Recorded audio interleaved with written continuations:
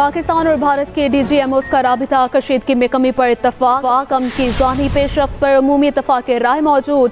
दोनों ममालिक ने आमादगी जाहिर की है कि अफवाज को रफ्ता रफ्ता अमन के दौरान तयनात पोजीशंस पर वापस लाया जाएगा। ज़राए के मुताबिक सीज़फायर और कशीदगी में कमी की हतमी तारीख का ऐलान नहीं किया गया।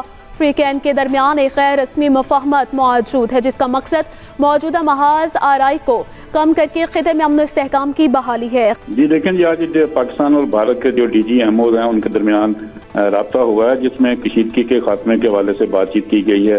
ये पहला राब्ता जो जुमेरात को हुआ था उसमें ये बात तय पाई थी कि आइंदा जब राब्ता होगा तो उसमें जो फौजों की वापसी है उसके बारे में गौर किया जाएगा।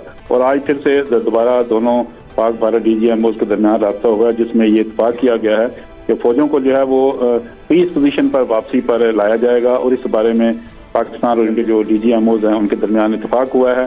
और इस हवाले से जो मुख्तलिफ अफवाहें गर्दिश कर रही थी कि शायद सीज फायर लाइन के हवाले से 30 मई की डेडलाइन मुकर्रर की गई है, तो ये क्या सराई है और ये बात दुरुस्त नहीं है। DGMOs की मुलाकात और राब्ते के दरमियान जो है सीज फायर की तारीख का अभी तक कोई फैसला नहीं हो पाया।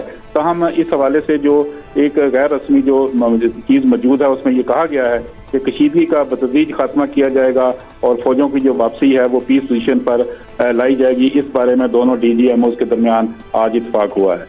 जी।